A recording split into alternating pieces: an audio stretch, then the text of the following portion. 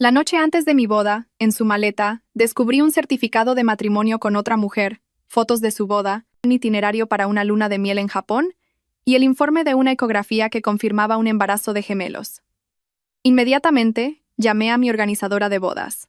Y el día de la boda, cuando la novia hizo su entrada, el novio enloqueció al instante.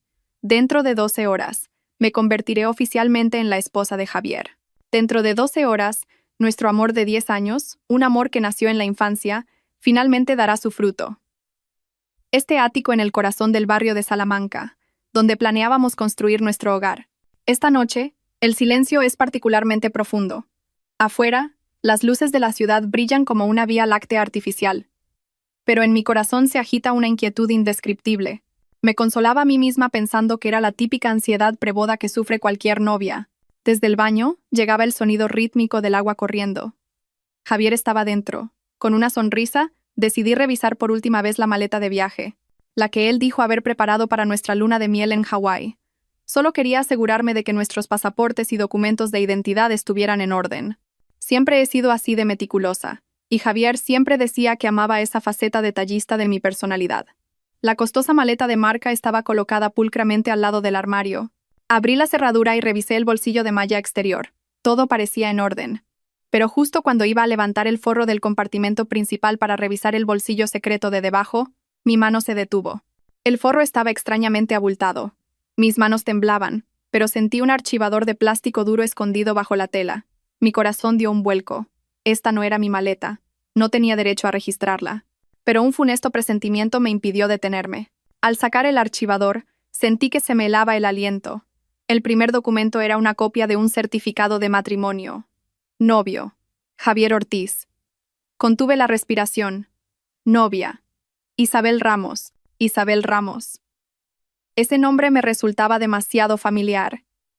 Intenté buscar en mis recuerdos, pero mi mente se quedó en blanco.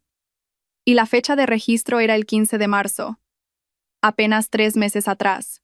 Hace 3 meses yo estaba con él probándome vestidos de novia. Se me secó la garganta. Debajo del certificado había un pendrive negro. Lo conecté al portátil que estaba abierto sobre el tocador. Cientos de fotos aparecieron. No eran fotos de recuerdo. Era un álbum de bodas completo, realizado profesionalmente en Mallorca. Javier seguía luciendo esa sonrisa radiante, esa mirada tierna, pero sus brazos rodeaban a otra mujer. Isabel, vestida con un inmaculado vestido de novia, se apoyaba en su hombro. Una sonrisa deslumbrante de felicidad. Se veían realmente bien juntos. Se miraban con la misma devoción que yo creía que él solo me dedicaba a mí. Sentí una opresión en el pecho. Pasé las fotos a toda prisa, deseando que todo fuera una pesadilla, una broma cruel o un malentendido. Pero no lo era. El tercer documento era un itinerario de luna de miel reservado. No era Hawái. El destino era Kioto, Japón. Billetes de avión, pases para el tren bala Shinkansen, recibos de reserva en un lujoso hotel Ryokan. Todo estaba a nombre de él y de ella. Y entonces, el último documento se deslizó fuera. Fue como una cuchilla que cortó el último hilo de cordura que me quedaba. Un informe de una revisión ginecológica rutinaria de una prestigiosa clínica internacional. Nombre de la paciente: Isabel Ramos. La fecha de la última revisión era de hacía 2 días. El resultado: embarazo gemelar de 12 semanas. Desarrollo completamente normal. 12 semanas. Eso significaba que los bebés fueron concebidos exactamente en la misma época en que él se casó con ella. Me derrumbé sobre el frío suelo de madera, y el archivador se desparramó a mis pies. Mis oídos zumbaban. Ya no veía las luces de la ciudad ni oía sus ruidos. Solo veía las sonrisas felices de Javier e Isabel, y las 2 pequeñas vidas que crecían en su vientre. 10 años. Mi amor de 10 años no era más que una gran obra de teatro en la que yo era la única actriz que no conocía el guión. El sonido del agua en el baño cesó de repente, seguido por el clic de la cerradura. Iba a salir. A toda prisa, recogí los documentos, los metí en el compartimento secreto de la maleta y cerré la cremallera. Justo cuando la puerta del baño se abría, Javier salió con el pelo mojado, llevando solo una toalla alrededor de la cintura. Parecía tan relajado y feliz. Se rió al verme sentada en el suelo junto a la maleta. «¿Qué pasa, cariño? Tienes una cara. ¿Estás nerviosa por mañana?» Se acercó y se inclinó para abrazarme. Me aparté y forcé una sonrisa. «No, mi amor. Solo estaba comprobando los pasaportes. Por si se nos olvidaba algo. No te preocupes por eso. Lo he preparado todo. Javier me acarició el pelo, su sonrisa aún radiante. Venga, vamos a dormir pronto. Mañana tienes que ser la novia más guapa del mundo. ¿La novia más guapa del mundo? Esas palabras ahora sonaban como un insulto.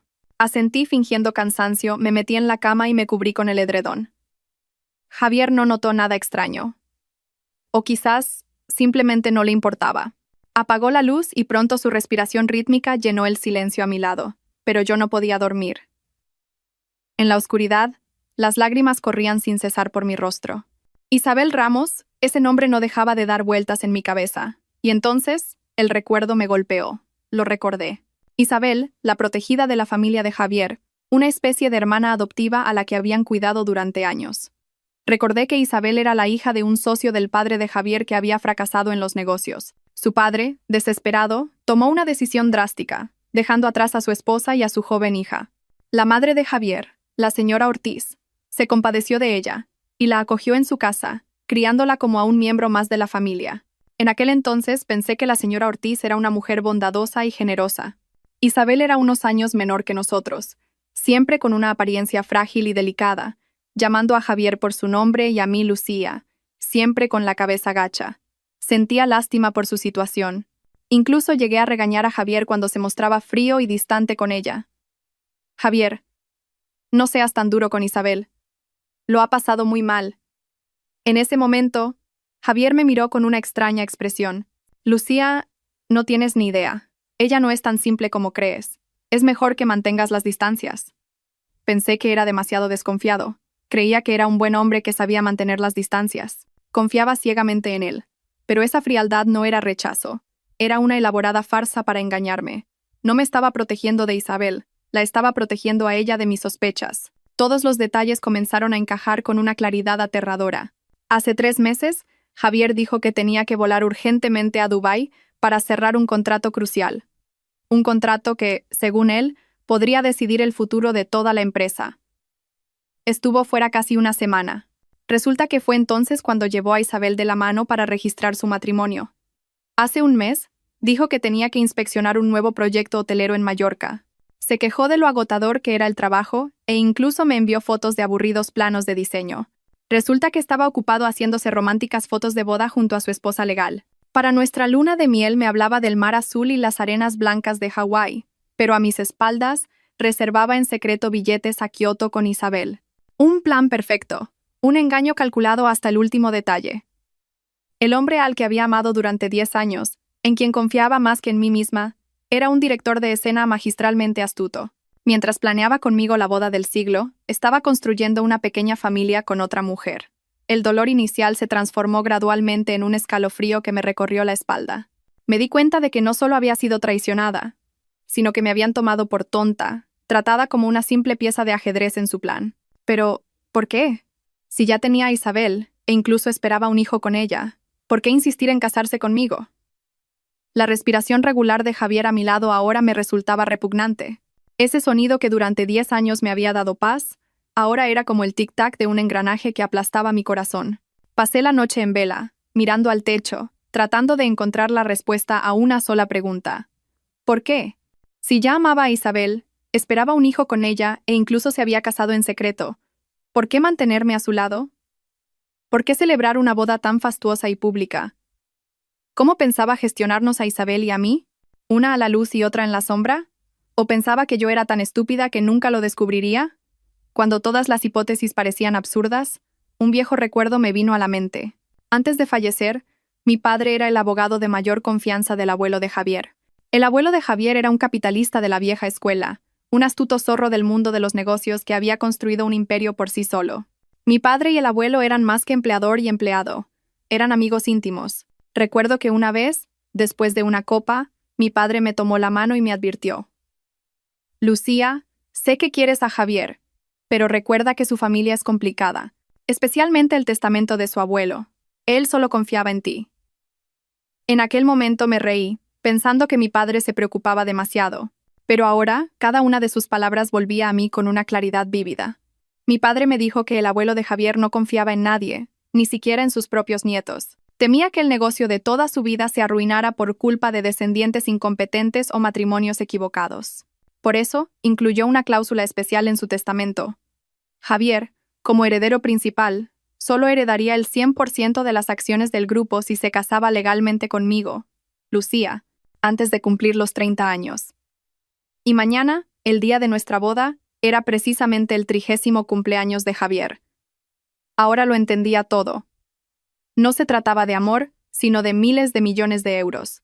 Mi amor de 10 años con mi amigo de la infancia era simplemente una condición necesaria estipulada en su contrato de herencia.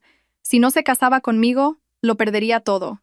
Y lo que era peor, el testamento también especificaba que si se descubría que había cometido bigamia o tenía hijos fuera del matrimonio antes de casarse conmigo, la cláusula de la herencia quedaría inmediatamente anulada. Un escalofrío me recorrió la espalda. No estaba tratando con un simple traidor, sino con un estafador metódico. Había cometido un delito de bigamia. Necesitaba la boda conmigo para legalizar su herencia y engañar a los accionistas y a la junta directiva familiar. Y también entendí por qué ese archivador estaba en la maleta. No fue un accidente, fue una trampa diseñada. Isabel, esa frágil hermana adoptiva, quería que lo encontrara. ¿Qué esperaba que hiciera? Quería que perdiera la cabeza, que, consumida por los celos, cancelara la boda en el último momento. Si yo cancelaba la boda, Javier no cumpliría las condiciones del testamento y perdería toda su fortuna. Pero al mismo tiempo, él se libraría de mí, e Isabel se quedaría a su lado como su única esposa legal. 2 pájaros de un tiro. Pretendía destruirnos a Javier y a mí. Me subestimaron. Pensaron que lloraría, gritaría y le confrontaría desesperada, como cuando discutíamos por tonterías en nuestros días de estudiantes. Pero no sabían que esta traición extrema no me destrozaría, sino que me volvería aterradoramente fría. Me levanté de la cama, muy despacio, en silencio. Caminé descalza sobre el frío suelo de roble. Al llegar al salón, las luces de la ciudad seguían brillando, pero para mis ojos no eran más que puntos de luz sin vida. Cogí mi teléfono. La pantalla se iluminó. Las 2 de la madrugada. Llamé a la señora Jiménez, la directora de la agencia de eventos que había trabajado conmigo durante 6 meses. El teléfono sonó 2 veces antes de que una voz somnolienta respondiera. «Dígame, Lucía, ¿pasa algo urgente?» Respiré hondo, tratando de que mi voz sonara normal, incluso un poco emocionada. «Señora Jiménez, disculpe a estas horas. Estoy tan nerviosa que no puedo dormir. Se me acaba de ocurrir una idea. Quiero darle a Javier una sorpresa muy grande». ¿Una sorpresa? ¿A estas horas? La señora Jiménez parecía más despierta. «La boda de mañana», dije con una voz cargada de falso entusiasmo. «Todo el programa sigue igual. No cambie nada. Pero el video conmemorativo que íbamos a proyectar al principio, quiero cambiarlo un poco. Acabo de terminar otro video. Mucho más emotivo y significativo. Le enviaré el archivo ahora mismo. Por favor, sustitúyalo y que sea un secreto absoluto para Javier. ¿De acuerdo?» Después de colgar, me quedé sentada en la oscuridad del salón. Este ático multimillonario, que una vez simbolizó el éxito de Javier y nuestro futuro, ahora no era más que una jaula de oro para mí. Qué feliz había sido cuando me propuso matrimonio aquí, prometiéndome un pequeño hogar lleno de risas de niños. Pensar que todo era solo una actuación meticulosamente calculada. Isabel quería que cancelara la boda, pero no lo haré. Voy a hacerle un regalo que la hará creer que ha ganado. Miré hacia el tocador, donde se encontraba la caja de terciopelo azul oscuro con nuestras alianzas de boda. Un par de anillos de diamantes que Javier se había jactado de haber encargado especialmente a un famoso artesano en Amberes, tardando 6 meses en completarlos. «Simbolizan nuestro amor único e irrepetible», dijo. «Qué dulce mentira».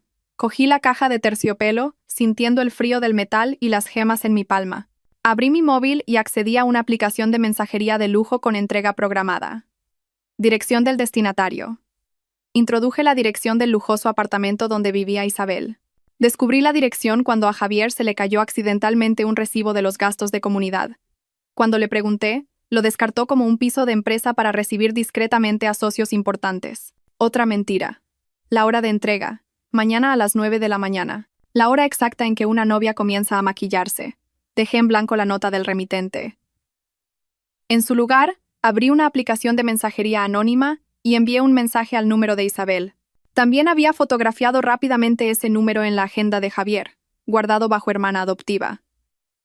El mensaje era una sola línea. Que lo lleve quien más lo merezca. Quería que Isabel recibiera estas alianzas. Quería que creyera que lo había descubierto todo y que, destrozada por el dolor, había decidido rendirme. Quería que creyera que admitía mi derrota y le devolvía el símbolo de nuestro compromiso. ¿Qué pensaría una mujer al recibir el anillo de bodas de su rival justo antes del momento decisivo? Pensaría que ha ganado. Se pondría con confianza su vestido de novia, se colocaría ese anillo y se dirigiría a la ceremonia para reclamar a su hombre. Y eso era exactamente lo que quería que hiciera. Después de todo esto, volví al dormitorio. La noche era larga, pero no podía permitirme perder ni un segundo más llorando. Abrí mi portátil y conecté el pendrive que contenía los pecados de Javier. Cientos de fotos de boda, el certificado de matrimonio, los itinerarios de vuelo, incluso el informe del embarazo gemelar. No solo los copié, sino que los reorganicé meticulosamente en un archivo de presentación. Como música de fondo, elegí la misma melodía dulce que Javier había seleccionado para sonar en la boda. Comencé el vídeo con fotos de nuestros 10 años de amistad infantil, recuerdos puros. Y de repente, inserté la imagen de su certificado de matrimonio con Isabel. A continuación, intercalé sus felices fotos de boda con los ardientes mensajes de amor que él me había enviado en las mismas fechas. Trabajé como una máquina, sin emoción, sin dudar. Cada vez que insertaba una foto de Isabel, mi corazón se endurecía un poco más. Y cuando coloqué la ecografía de los gemelos como imagen final, supe que mi regalo sorpresa para Javier estaba completo. Subí todo el archivo de vídeo a un servidor seguro en la nube y le envié el enlace a la señora Jiménez. Con una advertencia. Recuerde, señora Jiménez, es un secreto absoluto. Es mi más sincero deseo. El amanecer comenzaba a despuntar. Había pasado la noche en vela, pero mi mente estaba extrañamente clara. Limpié todas las huellas. Volví a coger ese pendrive pecaminoso, lo coloqué exactamente en su sitio original dentro del archivador y lo escondí en el fondo de la maleta, como si nadie lo hubiera tocado. Cuando el día se hizo completamente claro, oí a Javier moverse. Cerré los ojos y fingí estar profundamente dormida. Se levantó de la cama en silencio, como para no despertarme. Los pequeños ruidos de la cocina me indicaron que estaba preparando el desayuno. Este hombre, mientras me engañaba cruelmente, desempeñaba a la perfección su papel de prometido ejemplar. Poco después, entró en el dormitorio con una pequeña bandeja y me despertó. Mi futura esposa, es hora de levantarse y desayunar. Hoy es tu día. Tienes que comer bien para ser la novia más guapa. Me froté los ojos y esbocé la sonrisa que había ensayado toda la noche. La sonrisa de la novia más feliz del mundo. En la bandeja había un huevo frito en forma de corazón, mi favorito, y un zumo de naranja recién exprimido. Gracias, mi amor, dije con voz dulce. Javier se sentó al borde de la cama y me observó comer. Con voz tierna dijo, come mucho. Últimamente he estado tan ocupado con viajes de negocios que no he podido cuidarte bien. Después de la boda, en la luna de miel, te lo compensaré todo. ¿Compensarme? La palabra saliendo de su boca me revolvió el estómago. Estaba ocupado, sí. Ocupado casándose con otra mujer, haciéndose fotos de boda con su nueva esposa, cuidando de su esposa embarazada de gemelos. Sentí náuseas, pero me tragué a la fuerza ese falso huevo en forma de corazón. Levanté la vista y lo miré. El hombre al que había amado durante 10 años. El mismo rostro, la misma mirada tierna. ¿Cómo puede una persona ocultar un secreto tan monstruoso y mantenerse tan serena? ¿No sentía el más mínimo remordimiento o culpa? Cariño, dije, tratando de sonar lo más normal posible. Estoy un poco nerviosa. ¿Nerviosa por qué? Se rió, acariciándome el pelo. Por si no soy la novia más guapa. La boda es tan grande. Hay tantos invitados importantes, tengo miedo de meter la pata. Javier soltó una risa llena de confianza. ¡Qué tontería! Eres mi novia. Por supuesto que serás la más guapa. Yo me encargaré de todo. Tú solo tienes que estar guapa y feliz. Me apoyé en su hombro. El último apoyo. Feliz. Desde anoche esa palabra se había convertido en la broma más amarga. Terminé todo el desayuno lleno de mentiras. Tenía que interpretar mi papel a la perfección hasta el último segundo. Miré al hombre que tenía delante. El que una vez fue mi mundo. Mi refugio en la vida. Ahora era un extraño, un actor brillante en su propia obra. Y yo, de ser la protagonista de un cuento de hadas, me convertiría ahora en la directora del final de esta obra. Comí hasta el último bocado y le elogié por ser tan detallista, como siempre había hecho durante los últimos 10 años, como si todavía confiara en él, como si todavía lo amara, pero esta era la última vez.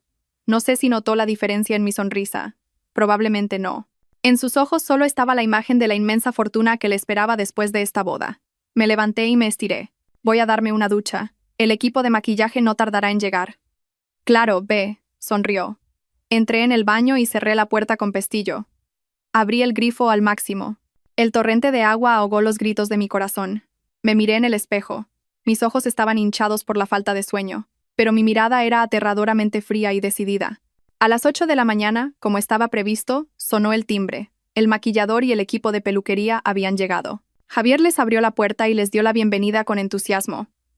Salí del baño en Albornoz y sonreí a todo el mundo. «Lucía, estás preciosa», exclamó una de las ayudantes. Sonreí con amargura. Sabía que tenía que salir de allí inmediatamente. No podía soportar estar sentada durante horas mientras otros pintaban mi cara, fingiendo alegría delante de Javier. No podía estar en el mismo espacio que él, ni un minuto más. Necesitaba un lugar seguro, un lugar donde pudiera respirar y preparar el último paso. Me volví hacia Javier e intenté hablar con la voz mimosa de una novia a punto de casarse. «Javier». «Sí, cariño», se volvió, todavía con su sonrisa radiante. «Estoy tan nerviosa», dije, agarrando el borde de la toalla. «Hay demasiada gente aquí, no puedo concentrarme. ¿Crees que podría ir a prepararme al hotel?» Javier frunció ligeramente el ceño. «¿Al hotel? ¿Por qué? ¿No estás más cómoda en casa?» Negué con la cabeza. «Quiero darte una sorpresa. Quiero mantener mi aspecto de novia en secreto hasta el final. Quiero que te quedes boquiabierto, que seas el más sorprendido cuando entre en la ceremonia». Enfaticé las palabras sorprendido y boquiabierto. «He reservado una suite en el hotel al lado del lugar de la ceremonia. La habitación es más grande, la iluminación es mejor, las fotos saldrán mejor que aquí. El vestido ya lo han trasladado allí. No vengas. Si vienes, me enfadaré de verdad». Vi un destello de sorpresa en los ojos de Javier, seguido de un evidente alivio.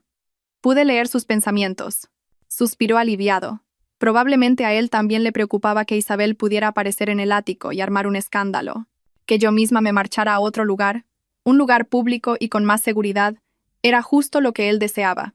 Le permitiría controlar la situación aquí más fácilmente y evitaría que me encontrara con Isabel si ella aparecía. No sabía que él mismo estaba liberando a su presa de la jaula. «De acuerdo, mi amor», dijo con una gran sonrisa, acercándose para abrazarme. «Si eso te hace feliz. Hoy todo será como tú quieras. Lo que sea que desees». Me besó en la frente. Luché para no temblar ante ese beso gélido. «Entonces me voy ahora mismo. Tú prepárate en casa y ve primero al lugar de la ceremonia», dije, soltándome rápidamente de sus brazos. Me volví hacia el equipo de maquillaje. «Les pido que hagan el esfuerzo. Vayamos al hotel. Mi equipaje está en esa habitación. Les agradecería que lo trajeran». Me cambié rápidamente a un vestido sencillo y cogí el bolso que había preparado la noche anterior. Dentro no había nada más que mi teléfono, la cartera, el pasaporte y un pequeño disco duro externo con todas las pruebas. Salí por la puerta y le sonreí a Javier, despidiéndome con la mano. «Nos vemos en la ceremonia, mi amor». «Sí, nos vemos allí». «Te quiero», respondió Javier, también despidiéndose con una sonrisa de satisfacción. La pesada puerta metálica del ascensor se cerró lentamente, ocultando su falsa sonrisa y su mirada culpable. En cuanto la puerta se cerró, mi sonrisa también desapareció. Fui a la lujosa suite del hotel, a pocos pasos del lugar de la ceremonia. La habitación era espaciosa, y a través de sus ventanales se veía toda la ciudad.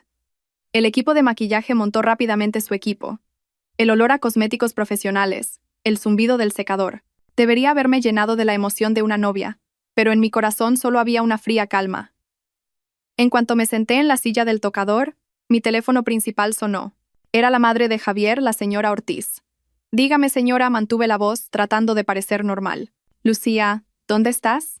La voz de la señora Ortiz sonaba inusualmente urgente y desesperada, muy lejos de su habitual compostura. «Me estoy preparando en el hotel». «¿Por qué, señora? ¿En qué habitación?» «Envíame la dirección. Necesito verte un momento». «Ven rápido», dijo autoritariamente, y colgó antes de que pudiera responder. Fruncí el ceño. ¿También ha empezado a actuar esta mujer? Le envié el número de la habitación por mensaje de texto y luego me dirigí a la maquilladora. «Disculpa, ¿podríais salir a tomar un café unos 15 minutos? Parece que mi suegra tiene algo personal que decirme». Todos asintieron amablemente. La habitación se volvió silenciosa de nuevo. Menos de 10 minutos después, sonó el timbre. Entró la señora Ortiz. No llevaba el lujoso traje que yo le había elegido, sino un caro batín de seda. Su maquillaje era superficial, pero en sus ojos había una ansiedad inocultable. Cerró la puerta, se acercó a grandes zancadas y me agarró la mano con fuerza. Su mano estaba helada.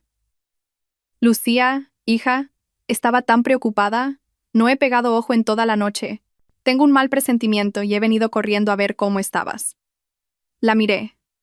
La mujer a la que una vez respeté, a la que consideraba como mi segunda madre, estaba actuando de maravilla. Lo sabía todo. Sobre Isabel, sobre los gemelos. Y aún así, venía aquí, me cogía la mano y me decía palabras de preocupación. La señora Ortiz sacó de su bolso un viejo joyero de seda roja. Lo abrió, y dentro había una pulsera de zafiros, una reliquia familiar de un valor incalculable. Con manos temblorosas me la colocó en la muñeca. La fría joya tocó mi piel. Esta es la pulsera de la familia. Ha pasado de generación en generación desde tu abuela, dijo la señora Ortiz, con la voz entrecortada. La he guardado durante décadas, esperando este día para dársela a la esposa de mi heredero. Al llevarla, te conviertes oficialmente en parte de la familia Ortiz. Miré la pulsera. Era hermosa, pero se sentía tan pesada como unas esposas. Guardé silencio, esperando a ver qué decía a continuación. La señora Ortiz me agarró ambas manos y bajó la voz. Su tono era extremadamente serio y confidencial. Lucía, sé que eres una chica inteligente. Tú y Javier os queréis desde niños. Vuestro afecto es profundo. Pero los hombres son así, especialmente ante un día tan importante, con la presión del trabajo y las relaciones complicadas que se enredan. Hizo una pausa, me miró fijamente y dijo palabra por palabra. Pase lo que pase en la ceremonia dentro de un rato. Oigas lo que oigas de quien sea, o veas a alguien comportarse de forma inapropiada, tienes que confiar ciegamente en Javier. ¿Entendido? Todo lo que hace es por el bien de esta familia. Me apretó la mano con fuerza. Pienso que es una gran bendición para la familia Ortiz tener una nuera como tú. No dejes que ningún extraño arruine nuestra celebración. Lo entendí. No era una recomendación, era una advertencia, una preparación. Temía que Isabel armara un escándalo, y había venido a darme un calmante por adelantado, para que, viera lo que viera o escuchara lo que escuchara justo antes de la ceremonia, lo soportara para que su hijo pudiera heredar su fortuna. Lentamente, retiré mi mano de la suya. Levanté la cabeza y sonreí radiante. La sonrisa de una nuera devota. Entendido, señora. No se preocupe. No la decepcionaré. Pase lo que pase, me aseguraré de que la celebración de hoy sea perfecta. La señora Ortiz suspiró aliviada, como si se hubiera quitado un peso de encima. Bien, bien. Confío en ti. Se levantó apresuradamente y se arregló la ropa. Entonces, voy a prepararme. Tú también, maquíllate y no llegues tarde. Salió de la habitación tan rápido como había llegado. En cuanto la puerta se cerró, mi sonrisa se desvaneció. Me quité la pulsera de zafiros y la dejé sobre la mesa. Llamé al equipo de maquillaje para que volviera y comenzara su trabajo. Cerré los ojos y dejé que pintaran mi rostro. Intenté vaciar mi mente. El olor a polvos perfumados, el suave roce de las brochas sobre mi piel. Era como una muñeca de madera, dejándome manipular a su antojo. Mucho después, me enteré de que, en el mismo momento en que la señora Ortiz me entregaba esa fría pulsera no muy lejos, en otro lujoso apartamento, otra obra de teatro llegaba a su clímax. Exactamente a las 9 de la mañana, sonó el timbre del apartamento de Isabel. Ella, que había pasado la noche en vela, tensa y ansiosa, se apresuró a abrir. Un mensajero le entregó una caja de terciopelo azul oscuro, idéntica a la de la marca de anillos de boda que Javier había elegido. Dentro, brillaba una alianza de diamantes, e inmediatamente después, Isabel recibió el mensaje anónimo que yo le había enviado, que lo lleve quien más lo merezca. Isabel se quedó atónita. Creyó al instante que yo lo había descubierto todo, y que rota de dolor había decidido huir avergonzada. Este regalo era una rendición, la devolución de mi símbolo de compromiso. La victoria estaba al alcance de su mano. Lo primero que hizo Isabel fue llamar a Javier. Quería confirmar su victoria, pero en ese momento, Javier estaba ocupado recibiendo a los invitados de honor en el vestíbulo. No pudo contestar. Que la llamada no se conectara fue la confirmación más segura para Isabel. La novia había huido, y Javier estaba sumido en el caos. Esta era su oportunidad. Isabel no perdió ni un segundo. Inmediatamente llamó a la organizadora de bodas, la señora Jiménez. La voz de Isabel estaba llena de pánico y compasión. Señora Jiménez, soy Isabel. Ha ocurrido algo terrible. Creo que Lucía. Se ha enterado de lo mío con Javier. Ha huido. Esta boda no se puede cancelar. Todos los invitados son peces gordos, y está relacionado con el testamento del abuelo. Si Javier pierde la herencia, me matará. Isabel sollozaba por teléfono, una actuación de víctima perfecta. Y la señora Jiménez, a quien yo había instruido meticulosamente la noche anterior, también interpretó su papel a la perfección. Gritó por teléfono, lo suficientemente alto como para que Isabel lo creyera por completo. Dios mío, de verdad. ¿Qué hacemos? Pero si ya han llegado todos los invitados, señora Jiménez, se apresuró Isabel. Yo seré la novia sustituta. No puedo permitir que Javier lo pierda todo. Ya voy de camino. También tengo un vestido de novia. Por favor, prepáreme. Ayúdeme a salvar a Javier, solo por esta vez. De acuerdo. ¿De acuerdo, Isabel? Respondió la señora Jiménez con voz apremiante. Venga ahora mismo. La estaré esperando. La llamada terminó, e Isabel respiró aliviada. Había conseguido su objetivo. Isabel abrió su armario, y allí colgaba un suntuoso vestido de novia. Un vestido que había mandado hacer en secreto hacía mucho tiempo. Había estado esperando este día. Se puso el vestido, se maquilló intensamente. Y, finalmente, se colocó el anillo de diamantes que yo le había enviado en su dedo anular. Isabel se miró en el espejo con una sonrisa de victoria. No sabía que ese vestido, ese anillo y esa sonrisa formaban parte de mi plan. Abrí los ojos. La maquilladora había terminado. Lucía, estás absolutamente preciosa, susurró un ayudante. Me miré en el espejo. Un rostro perfectamente maquillado, hermoso pero frío, sin rastro de emoción en mis ojos. No llevaba un vestido de novia. Seguía con el sencillo vestido que me había puesto por la mañana. Me levanté y miré el reloj. Las 10 de la mañana, la hora en que el salón de bodas comenzaba a recibir a los invitados. Lo supe porque el teléfono que estaba en la suite del hotel empezó a vibrar. Era Javier. El nombre de contacto Mi Amor parpadeaba en la pantalla. Un nombre que había guardado hacía 10 años. Ahora, al verlo, solo me provocaba una amarga ironía. No contesté. Dejé que el teléfono vibrara. El sonido del timbre era apremiante, desesperado. La vibración sobre la mesa de cristal creaba un ruido agudo. Siguió llamando. 4, 5 veces. Como seguía sin contestar, el teléfono pasó a modo de mensajes de texto. Cariño, ¿dónde estás? ¿Por qué no contestas? Han llegado muchos invitados. Leí el mensaje, pero no respondí. Podía imaginar su expresión en este momento. Desconcertado, ansioso, quizás un poco asustado. Asustado de que su plan fracasara. Llegó otro mensaje. ¿Estás enfadada conmigo por algo? Contesta, por favor. No es momento para bromas. Hoy es nuestro gran día. ¿Nuestro gran día? Sentí una punzada de amargura. Cogí el teléfono y tecleé. Después de 10 años de amarlo, lo conocía demasiado bien. Es un hombre arrogante. Necesita la seguridad de que todo está bajo control. Envié un mensaje con el tono de una novia caprichosa. Estoy preparando la mayor sorpresa de tu vida. No me busques. Apareceré cuando sea el momento. Será algo que nunca olvidarás. Pulsé enviar. A los pocos segundos apareció el tic de leído. Lo leyó al instante, y la respuesta llegó de inmediato. Podía sentir el alivio en cada una de sus palabras. ¡Qué sorpresa! No sabes lo preocupado que estaba. Sé que me quieres. Ven pronto. La gente está esperando. Te quiero. Te quiero. Esas 2 palabras, incluso en este momento, podía escribirlas con tanta facilidad. Creía que era una rabieta tonta, que seguía siendo la estúpida mujer que lo seguía. No sabía que la sorpresa de la que hablaba sería realmente un regalo que no olvidaría en toda su vida. Me quedé mirando las palabras «te quiero» en la pantalla. Era la última vez. No respondí. Apagué tranquilamente el teléfono. Luego, abrí la bandeja de la SIM. La tarjeta SIM que me había acompañado durante 10 años, que contenía innumerables mensajes de texto y registros de llamadas nuestros. La partí en 2 con mis dedos. Dejé caer los 2 trozos de la SIM rota en el vaso de agua que había sobre la mesa. Se hundieron lentamente hasta el fondo. Todo contacto se cortó oficialmente.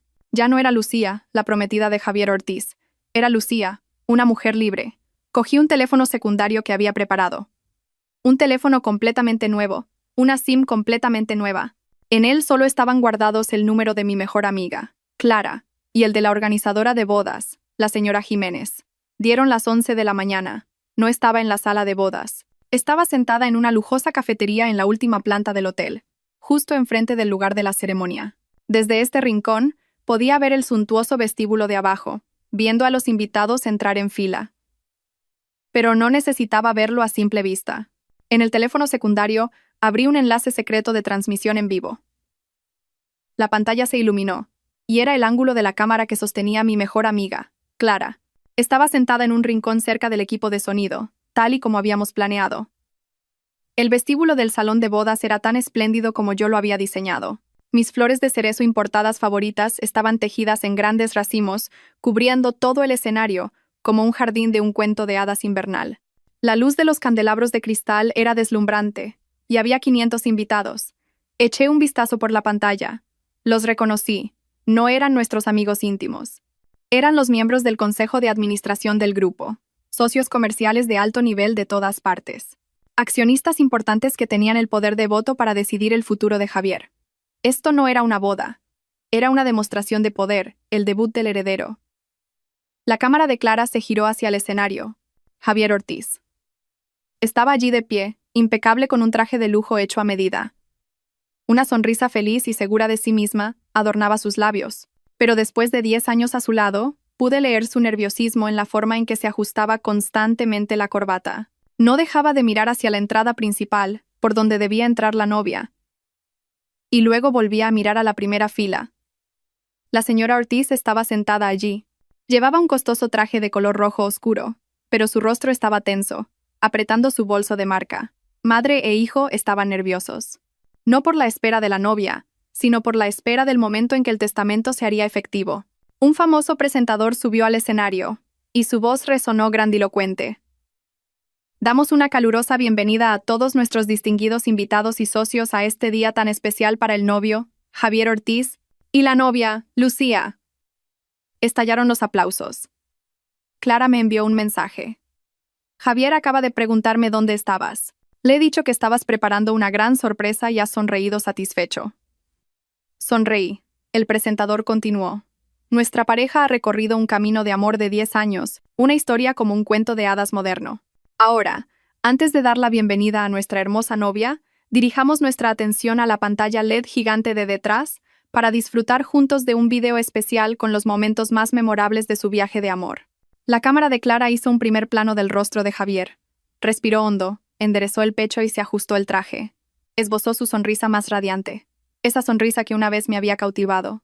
Ahora se preparaba para recibir las bendiciones y las miradas de admiración de 500 personas. Miró hacia la pantalla LED de 100 metros cuadrados que tenía detrás, esperando. Todas las luces del salón se apagaron, concentrándose en la pantalla. Sonó una música dulce, la misma canción que yo había elegido. Tomé mi taza y respiré hondo. Le envié un mensaje a la señora Jiménez. Empiece, señora. Tomé un sorbo de mi té de manzanilla. El amargor persistió en mi lengua, pero extrañamente me ayudó a mantener la calma. En la pantalla de mi teléfono, la cámara de Clara seguía transmitiendo imágenes nítidas. Las luces del salón de bodas se atenuaron. Comenzó a sonar una música dulce. Sí, la canción que yo había elegido. La enorme pantalla LED de 100 metros cuadrados detrás de Javier se iluminó. La primera imagen que apareció fue una foto nuestra a los 7 años. 2 niños cubiertos de tierra frente a la escuela primaria. Luego, nuestros años de instituto con uniformes blancos, nuestros ingenuos años de universidad y la foto de nuestro primer viaje largo después de la graduación. 10 años de fotos de nuestra infancia. A través de la pantalla, vi la sonrisa de Javier. Una sonrisa de satisfacción y orgullo. Estaba completamente inmerso en su guión perfecto. Pensaba que este era el dulce video sorpresa que yo había preparado. Vi cómo miraba de reojo a los importantes accionistas sentados en la primera fila. Asentían con la cabeza en señal de aprobación. Una hermosa historia de amor de cuento de hadas. Una historia demasiado perfecta para consolidar su posición de heredero. Abajo comenzaron los murmullos de admiración. ¡Qué amor tan raro de ver! Mira, es guapa y de buen corazón.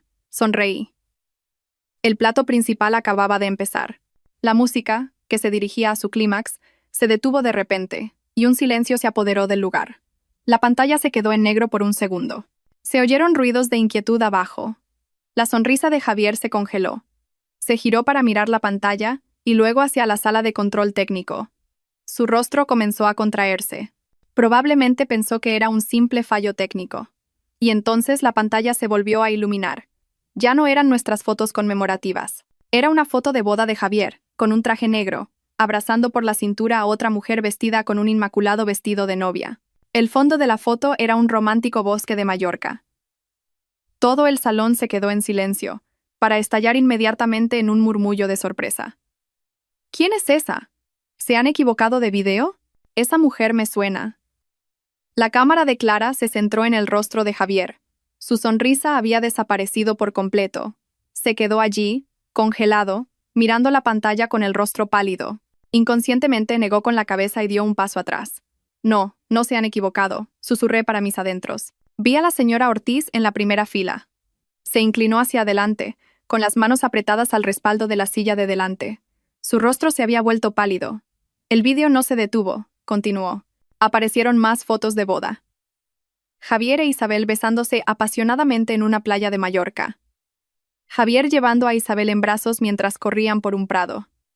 Cientos de fotos de sus momentos felices. Una felicidad construida sobre mi engaño. Dios mío, esa no es Isabel, la protegida de la familia Ortiz. Se oyó la voz de alguien, lo suficientemente alta como para que la cámara de Clara la captara. Javier comenzó a entrar en pánico. Se giró hacia la sala técnica, levantó la mano y gritó: «Párenlo, apáguenlo ahora, apáguenlo». Pero su voz fue ahogada por la música. Una nueva música comenzó a sonar. Una melodía lastimera y triste, como un requiem por mi amor de 10 años. Los gritos de Javier fueron en vano. La señora Jiménez siguió mis instrucciones. Ya había encargado a alguien que cerrara la puerta de la sala de control de sonido e iluminación. Aunque Javier golpeara la puerta, nadie podría intervenir. La enorme pantalla LED continuó su cruel trabajo de revelar la verdad. Después de la serie de románticas fotos de boda, la pantalla cambió a un simple fondo blanco. Y entonces apareció un escaneo claro del certificado de matrimonio. Novio. Javier Ortiz, novia. Isabel Ramos, fecha de registro, hace 3 meses. El sello rojo del registro civil se clavó como sangre en los ojos de los 500 invitados. Si antes solo había murmullos, ahora el salón se sumió en un verdadero caos. Dios mío, de verdad se casó con esa mujer. No puedo creerlo. ¿Y qué es la boda de hoy? ¿Bigamia? Este loco ha ignorado la ley y nos ha ignorado a nosotros. Vi claramente en la cámara de Clara como un anciano accionista, al que yo llamaba señor Pérez, golpeaba la mesa con el puño. Un escándalo inaceptable. ¿Así es como hace negocios la familia Ortiz? La cámara de Clara apuntó a Javier. Ya no gritaba, estaba temblando. Se tambaleó hacia atrás, chocando con la decoración de flores de cerezo blancas que tenía detrás, y los frágiles pétalos se esparcieron sobre su caro traje. Miró a su madre. La señora Ortiz intentó levantarse, pero sus piernas temblaron y se desplomó en su asiento. Su rostro estaba completamente desprovisto de color. El vídeo aún no había terminado. La siguiente pantalla era el itinerario de la luna de miel en Japón. Billetes de avión de ida y vuelta en clase business a nombre de Javier Ortiz e Isabel Ramos. El recibo de la reserva en un lujoso ryokan de Hakone. Billetes de tren bala. Todo era la prueba del viaje de negocios a Dubái del que me había mentido. Recordé esas noches. Estaba sola en casa, preocupada por él en un país extranjero, enviándole mensajes para que se cuidara.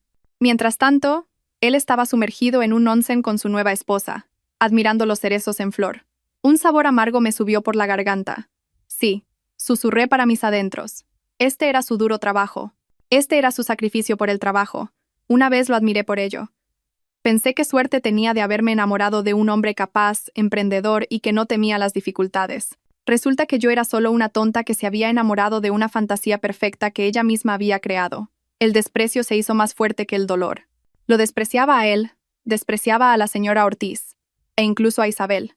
Pero sobre todo, me despreciaba a mí misma durante los últimos 10 años. Los invitados con trajes caros y las damas con joyas costosas ya no guardaban las formas. Todos se pusieron de pie, y muchos teléfonos móviles se levantaron hacia el escenario, grabando toda esta vergonzosa escena. Eran accionistas y socios. No estaban viendo un simple escándalo amoroso. Estaban viendo la caída de un heredero. Estaban viendo el engaño en los negocios. Si Javier podía engañar a su prometida de 10 años, también podría engañarlos a ellos. Lo más valioso en los negocios, la confianza, se había hecho añicos. La pantalla se volvió a quedar en negro. El murmullo en el salón se hizo tan fuerte que incluso ahogó la lastimera música de fondo. La gente pensó que la obra había terminado. Pero no, aún me quedaba un último regalo. Después de unos segundos de silencio espeluznante, la pantalla se volvió a encender. Esta vez, no eran fotos de boda ni billetes de avión. Era solo una hoja de papel A4 blanca, ampliada al máximo.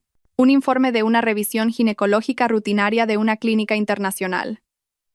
Nombre de la paciente: Isabel Ramos. Y la frase final, que yo había rodeado deliberadamente con un círculo rojo brillante.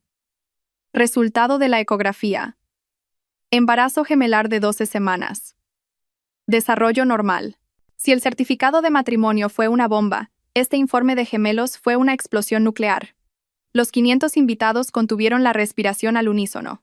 Un silencio absoluto y pesado, que se podía sentir incluso a través de la pantalla de la transmisión en vivo. Gemelos. No solo un hijo, sino gemelos. Tenía herederos con otra mujer incluso antes de celebrar la boda conmigo. A través de la cámara de Clara, vi a Javier. Ya no temblaba, simplemente estaba inmóvil. Mirando fijamente las palabras embarazo gemelar en la pantalla, no le quedaba ni una gota de sangre en el rostro. La señora Ortiz parecía haberse desmayado. La gente a su alrededor intentaba reanimarla. Y entonces, según el guión, la música se detuvo por completo.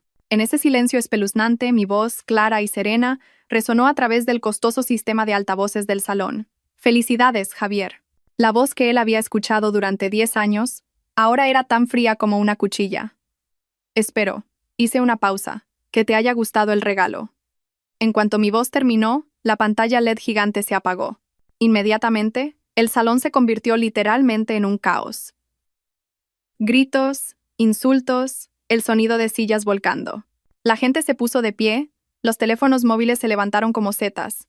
Fotografiaron a Javier, a la señora Ortiz desmayada, y a los accionistas que golpeaban las mesas, con los rostros enrojecidos de ira.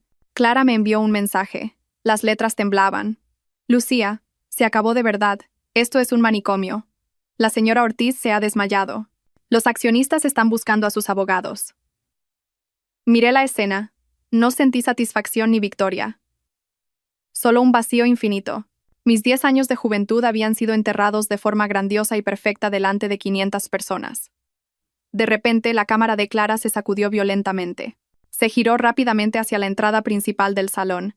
Clara gritó en un mensaje de voz: «Dios mío, Lucía, Isabel ha venido de verdad, con un vestido de novia». Justo en ese momento, en medio del caos, con Javier de pie en el escenario como una estatua rota y la señora Ortiz recibiendo primeros auxilios. La puerta principal del salón, por donde yo debería haber entrado, se abrió de par en par. Isabel estaba allí de pie, bajo el arco de flores de cerezo blancas, deslumbrante con un costoso vestido de novia palabra de honor. Su pelo recogido, su maquillaje perfecto, y en su dedo anular brillaba el anillo de diamantes que yo le había enviado.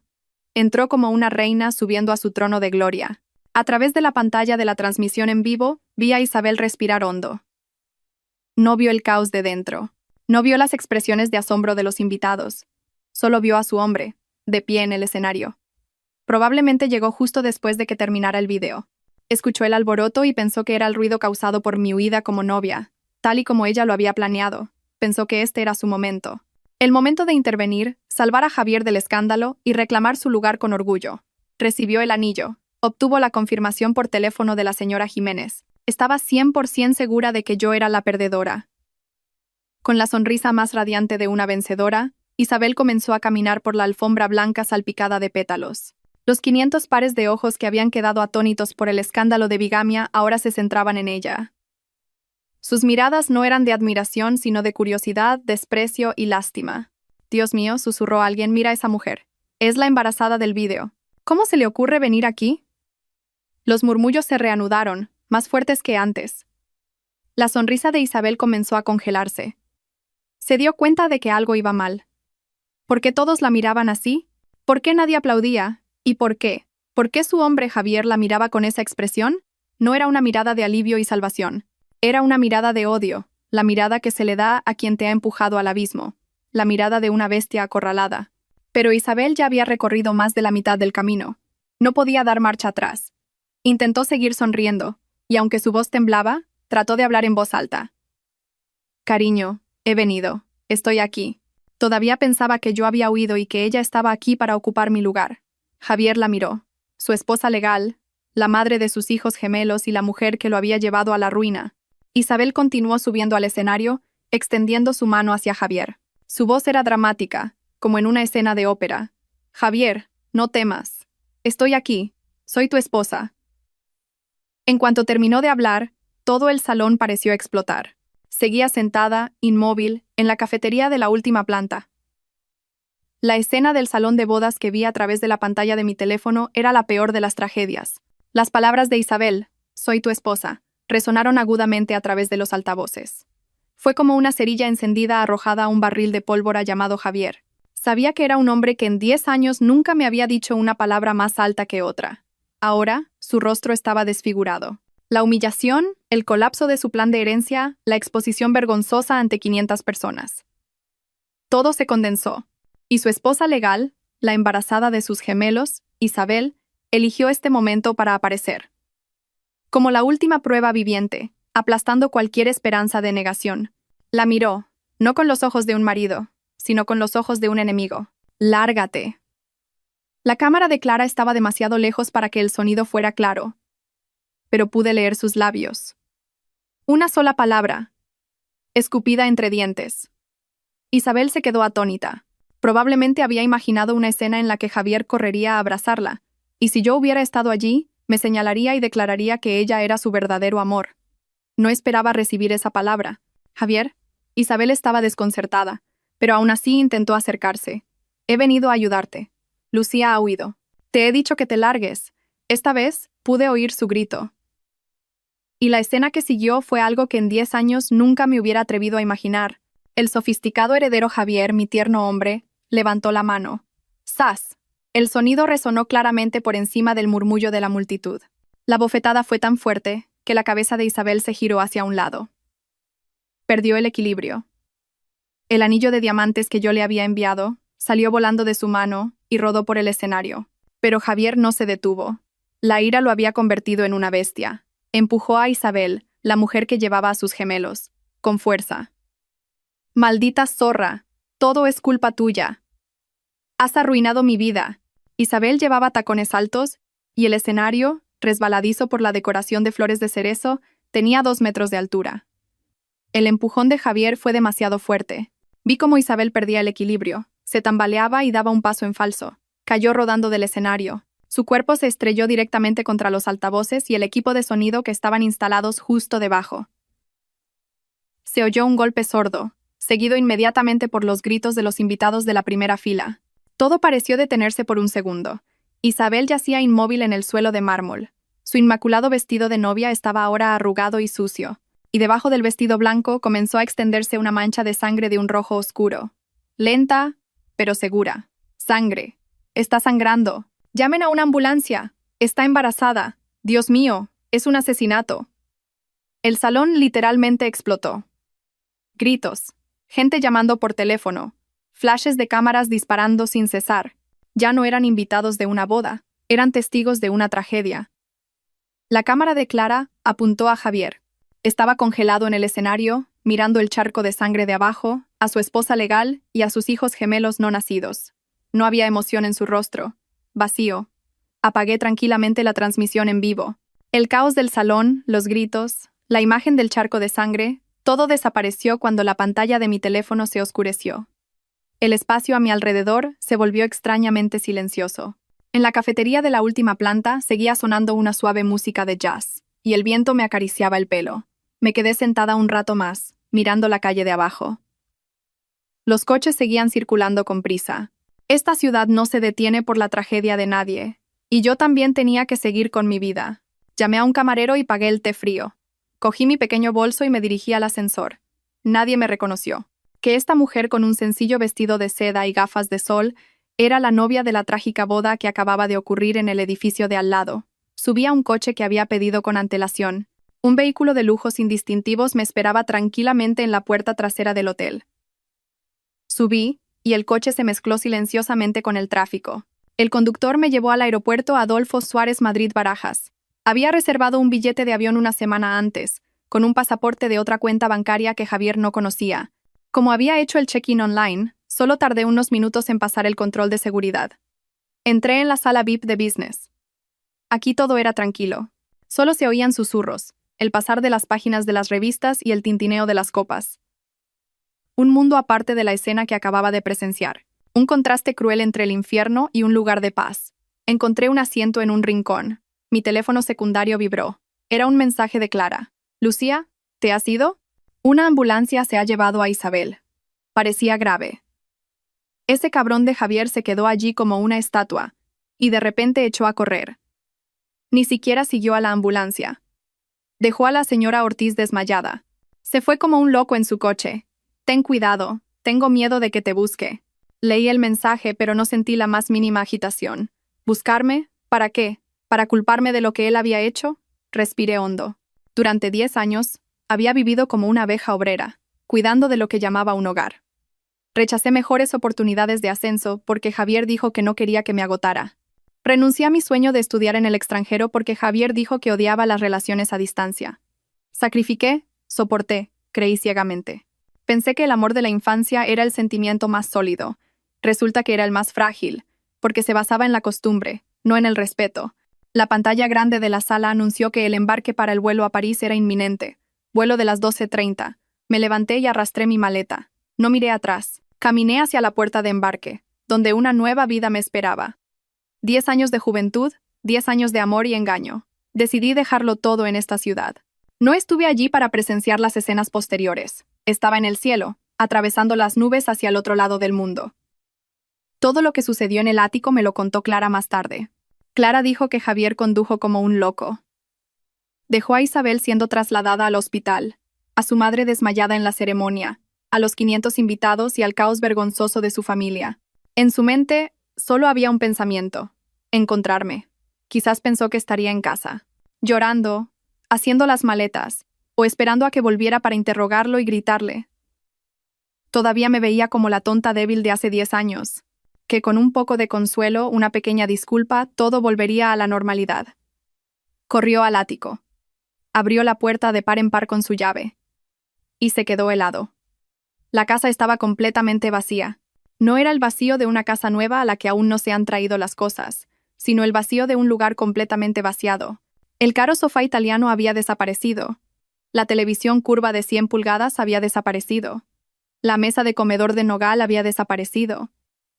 Toda la ropa de marca del vestidor había desaparecido. Las fotos conmemorativas nuestras que colgaban en el pasillo habían desaparecido.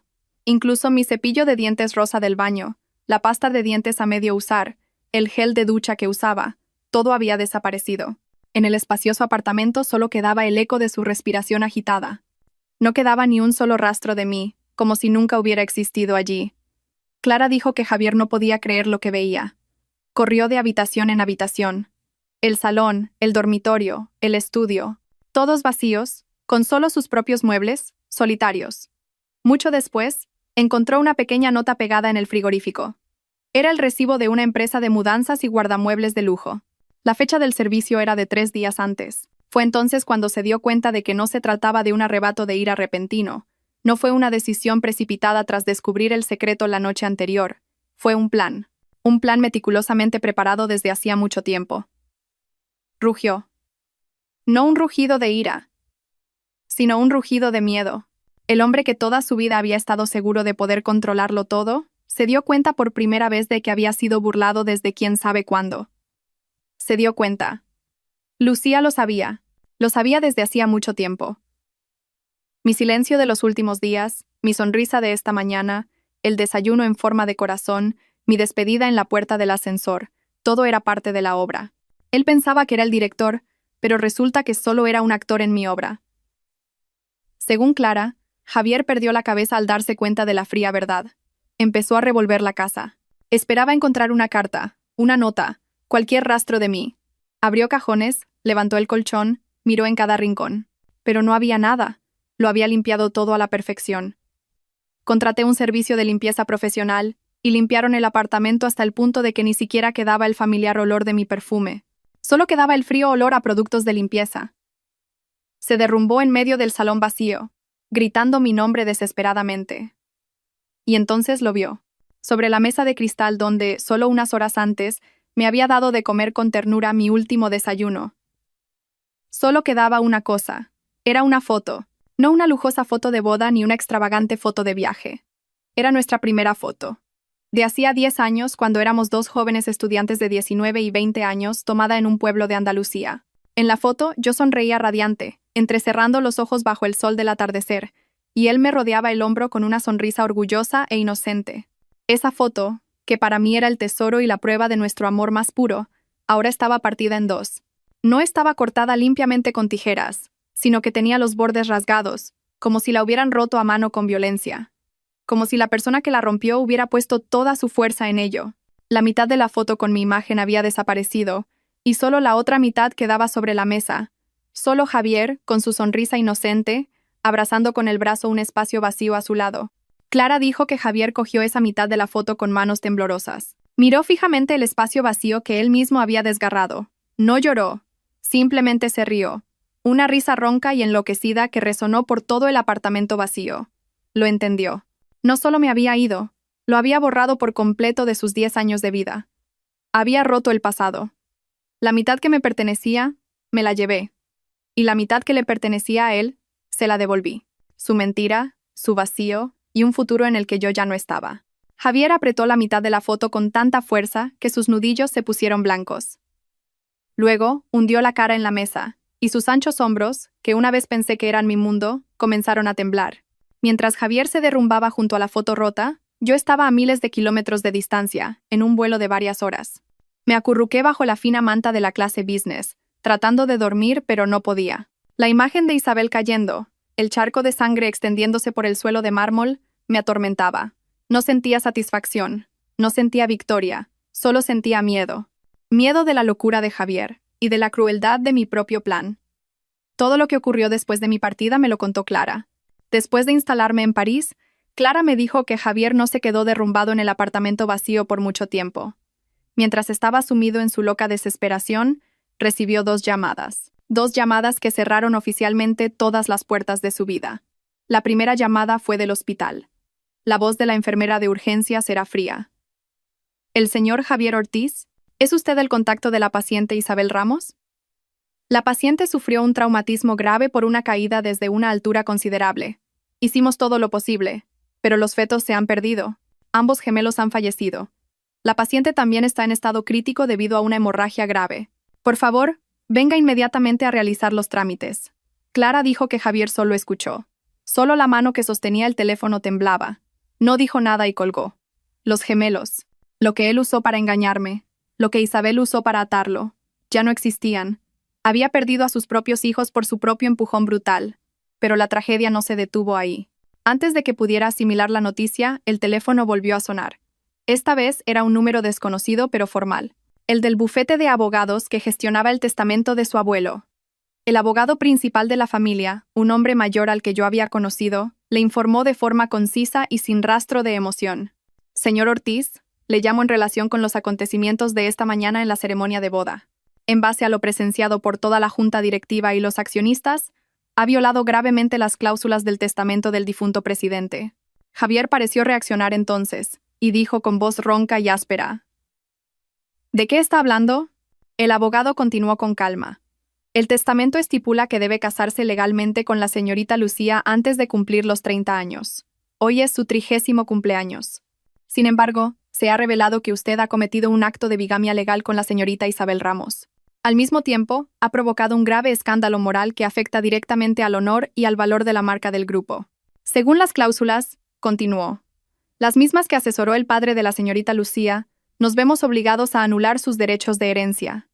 ¿Anular?, gritó Javier. Así es, señor Ortiz. A partir de este momento, todas sus acciones de control en el grupo serán transferidas a una fundación benéfica, según la voluntad del difunto presidente.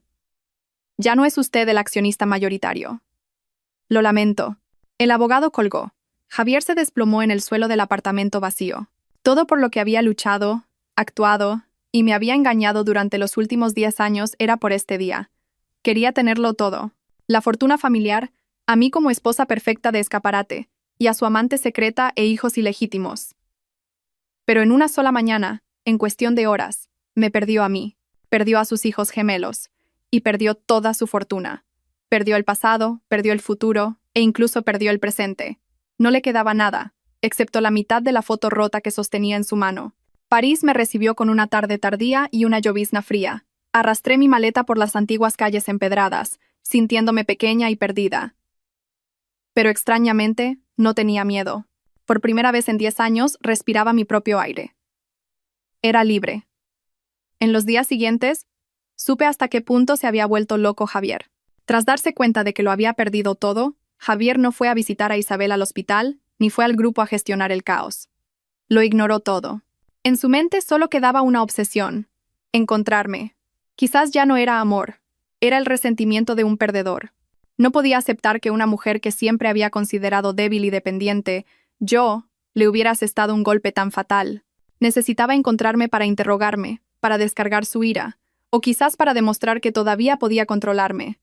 Utilizó los últimos contactos y el poder que le quedaban antes de que la noticia de su desheredación se extendiera. Llamó al jefe de seguridad del aeropuerto, a amigos en las aerolíneas, pidiéndoles que revisaran las listas de pasajeros de todos los vuelos que salieron de la ciudad ese día. Creía que no habría podido ir muy lejos. Pensaba que estaría escondida en el campo o en alguna ciudad turística, llorando. Y cuando la información llegó, lo volvió aún más loco. Su gente le informó con voz desconcertada: «Señor Ortiz, es extraño. En los registros del sistema hay más de 10 billetes de avión reservados con el pasaporte de la señorita Lucía, todos con salida para hoy». Javier rugió. «¿10? ¿A dónde?» «Uno a Sevilla, otro a Barcelona, otro a Mallorca. También hay billetes de tren, uno a Singapur, otro a Bangkok, e incluso». Javier no necesitó escuchar más. Lo entendió. Había tendido una niebla demasiado espesa. 10 billetes de avión, 10 destinos diferentes, pagados con 10 tarjetas virtuales diferentes. No podía saber en qué avión me había subido realmente. No podía saber en qué parte del mundo estaba. Había utilizado el mismo dinero que él me había dado, para encargar el vestido de novia, para reservar el salón de bodas, para asegurar mi vía de escape. Clara dijo que Javier destrozó su teléfono. Se dio cuenta de que no solo me había ido, me había borrado por completo. Había planeado todo esto desde hacía mucho tiempo. Había estado en un tablero de ajedrez donde le di jaque mate desde el primer movimiento. Su persecución había llegado a un callejón sin salida. Estaba indefenso, y para un hombre arrogante como Javier, la impotencia era el castigo más cruel. En París, corté todo contacto antiguo. Cambié a un número nuevo. Solo me mantenía en contacto con Clara a través de una aplicación segura. El principio del invierno en París era realmente frío. El frío me calaba los huesos, pero me aclaraba la mente. No había venido de viaje, había venido a empezar de nuevo. Alquilé un pequeño y viejo pero acogedor apartamento en el ático de una calle antigua del barrio de Le Marais, un lugar con callejones empedrados y una panadería que cada mañana olía a pan recién hecho. Dejé atrás todo mi pasado y comencé una nueva vida. No usaba artículos de lujo.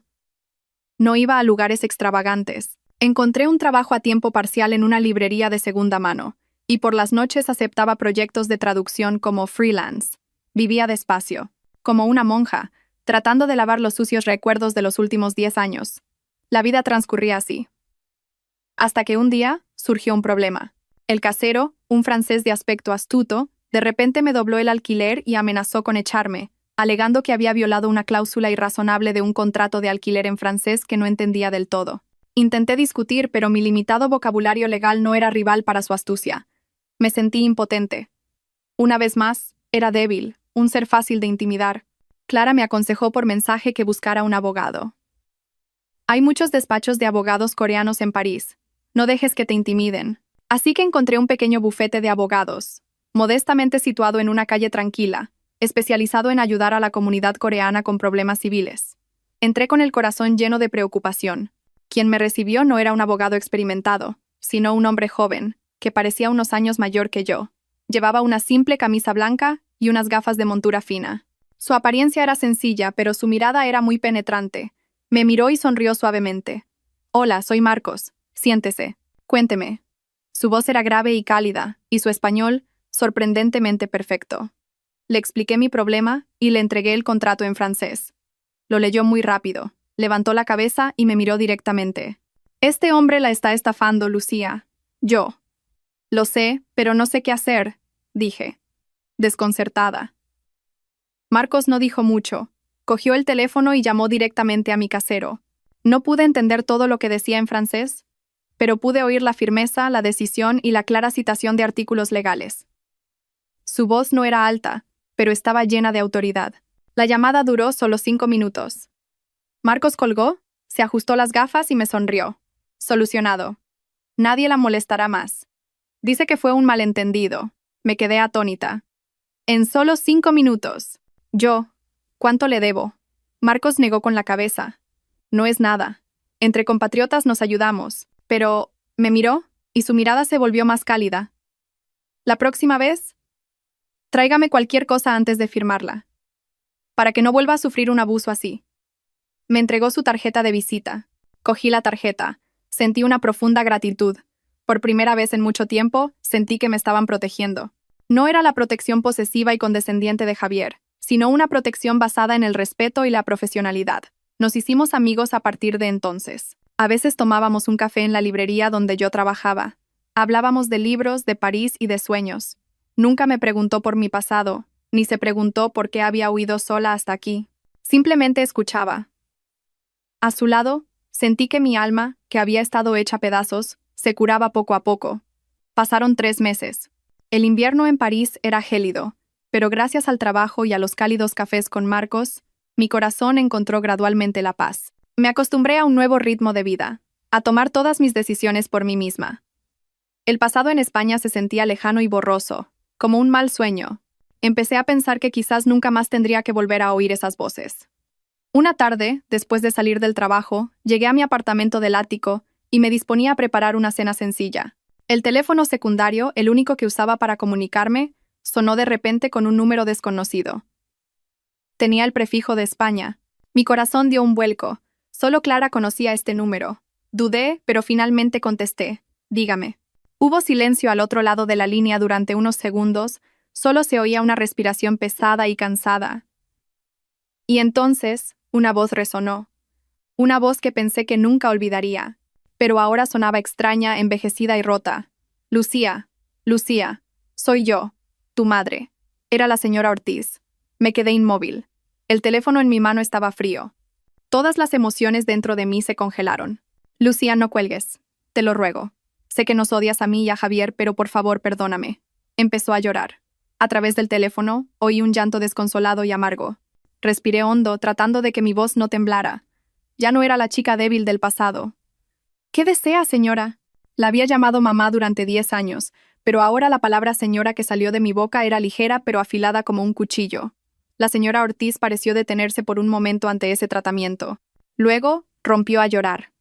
Su llanto se hizo más fuerte. Lucía, vuelve.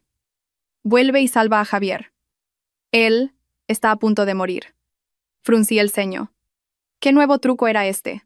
No sé de qué me habla. Desde el día que pasó todo, sollozó la señora Ortiz. Lo perdió todo. Las acciones. La empresa. Se encerró en su habitación, no come, no bebe. Solo bebe alcohol. Lucía, se está destruyendo. El médico dice que tiene una depresión grave. Y ayer. Respiró hondo y continuó entre sollozos. Ayer lo encontraron en el baño. Intentó hacer algo drástico. Lo llevaron a urgencias. El médico dice que tiene una hemorragia estomacal grave y pancreatitis aguda. Lucía, él, podría morir. Me apoyé en la fría pared, en silencio. Imaginé la escena. El hombre que una vez fue arrogante y seguro de sí mismo, el centro de todas las multitudes, ahora yacía en una cama de hospital, respirando débilmente. Lucía, por favor, suplicó la señora Ortiz. Está en coma, pero no para de decir tu nombre. Sigue murmurando Lucía, lo siento. El médico dice que quizás solo tú puedes salvarlo. Ha perdido las ganas de vivir. Te lo ruego, Lucía, por los 10 años que pasamos juntos. Ven a verlo una última vez, aunque solo sea para que vea tu rostro. Si le pasa algo, ¿cómo voy a vivir? Su súplica desesperada resonó en mi pequeña habitación. El viento invernal de París soplaba con fuerza fuera de la ventana. 10 años de afecto. ¿Cómo se atrevía a mencionar esos 10 años? Miré por la ventana. Empezaba a nevar. No sentí compasión. No sentí pena por él. No se estaba muriendo de amor. Se estaba muriendo porque su ego, su todo, se había perdido. Oí cómo seguía llorando al otro lado de la línea. No dije nada. Levanté la mano en silencio y pulsé el botón de colgar. La llamada de la señora Ortiz, sus llantos y súplicas, me atormentaron durante días. Intenté borrarlos de mi mente, diciéndome que ya no era asunto mío. Colgué con firmeza, esperando que fuera la última vez que escuchara esa voz. Pero no sabía que mi silencio, mi rechazo, la empujarían a tomar una decisión aún más loca y retorcida. Fue mucho después de mi regreso a España cuando Clara me contó toda la trágica historia. Mi mejor amiga, Clara, hizo más que consolarme a distancia. Silenciosamente, a través de contactos en el hospital, vigiló todos los movimientos de la familia Ortiz. Temía que, en su estado de locura, hicieran algo en mi contra. O que utilizaran a la prensa para difamarme de nuevo. Y lo que descubrió superó la imaginación de cualquiera. Según Clara, después de que le colgara el teléfono, la señora Ortiz cayó en una desesperación total. Javier seguía en coma profundo, y su estado empeoraba al no tener ganas de vivir. Desesperada, mientras revolvía viejos álbumes familiares, se le ocurrió una idea. Recordó mi pueblo natal. Inmediatamente, condujo cientos de kilómetros desde Madrid hasta mi pequeño pueblo. No fue a pedir perdón a mis padres, ni a poner incienso a mi difunto padre. Fue a buscar a una prima lejana por parte de mi madre, una chica llamada también Mina. No era muy cercana a esta prima. La familia de mi tío materno era de condición humilde y vivían de forma muy reservada. Pero lo más importante era que esta chica, Mina, se parecía a mí en un 60-70%, especialmente la forma de los ojos. Con maquillaje y bajo una luz tenue, era fácil confundirla conmigo. La señora Ortiz encontró la casa de mi tío, una vieja casa de una planta situada en un callejón estrecho. Aunque su aspecto era demacrado por haberlo perdido todo en 3 meses, no podía ocultar el aire de quien una vez vivió en la opulencia. Puso un cheque sobre la vieja mesa de madera y fue directa al grano. Según Clara, la oferta fue 100.000 euros. Mina, solo tienes que hacerte pasar por Lucía, ir al hospital y decirle unas palabras de ánimo a Javier. Solo necesito que recupere la conciencia y las ganas de vivir. Estos 100.000 euros serán para ti y tu familia. La familia de mi tío era muy pobre. Mi tío y mi tía habían luchado toda su vida, y Mina, después de terminar el instituto, se había quedado en casa para ayudar a sus padres. Nunca habían visto tanto dinero. 100.000 euros era una suma que nunca habrían soñado tener. Se miraron, y en sus ojos había una mezcla de miedo y tentación. También habían oído rumores de que yo había traicionado a Javier y había huido el día de la boda. Quizás pensaron que yo estaba equivocada, y que esta era una oportunidad para ayudarlos, y al mismo tiempo, corregir mi error. La chica Mina dudó un poco. Tenía miedo, pero la señora Ortiz se arrodilló y lloró. Por favor, te lo ruego. Salva a mi hijo. Si muere, yo tampoco tendré ganas de vivir. Solo tienes que decir cariño, ánimo. He vuelto. Solo esa frase. Estarás salvando una vida. Finalmente, ante la enorme suma de dinero y las súplicas desesperadas de la señora Ortiz, la chica, Mina, asintió. La señora Ortiz, encantada, le dio inmediatamente una gran suma de dinero a Mina para que se comprara ropa. Se la llevó a Madrid. Le hicieron un peinado y un moldeado idéntico al mío. Incluso contrató al mismo profesional que me maquilló para mi boda para que maquillara a Mina lo más parecido a mí posible. Cuando Clara me contó esto, se me puso la piel de gallina.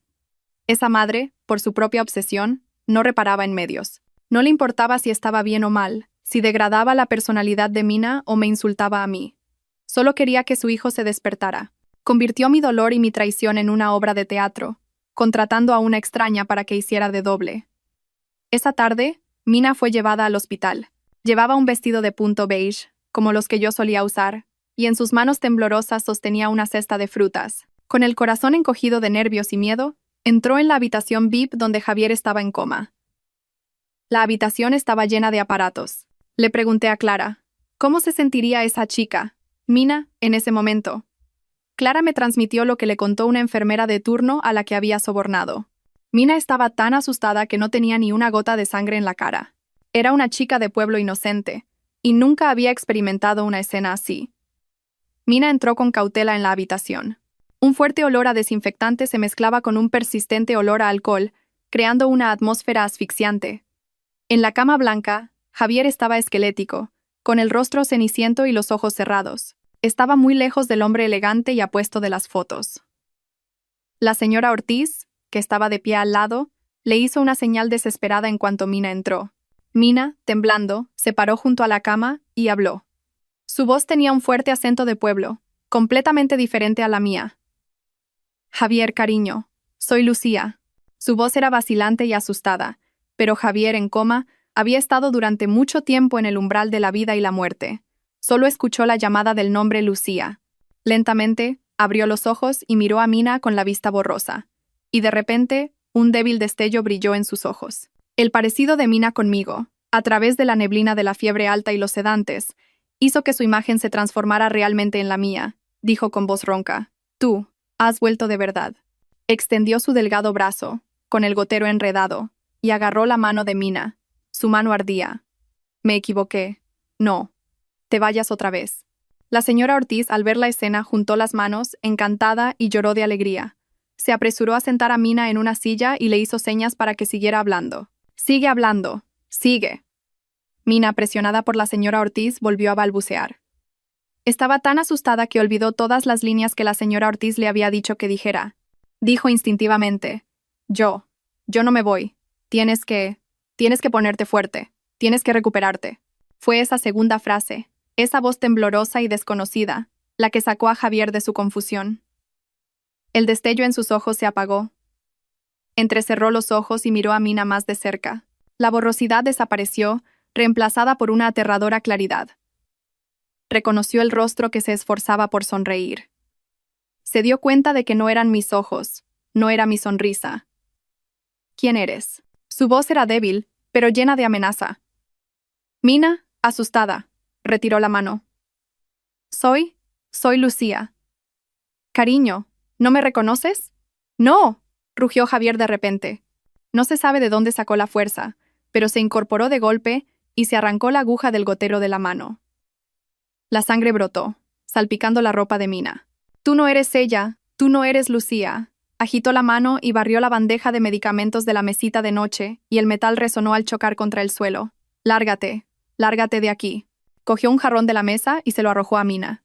Mina gritó y apenas pudo esquivarlo. El jarrón se hizo añicos. La señora Ortiz corrió a sujetar a su hijo. Javier, ¿qué haces? Es Lucía. Ha vuelto. Tú también me engañas. Javier se giró hacia su madre, mirándola con los ojos inyectados en sangre. Todos me engañáis. ¿Creéis que soy tan estúpido? Fuera. Fuera todos de mi vista.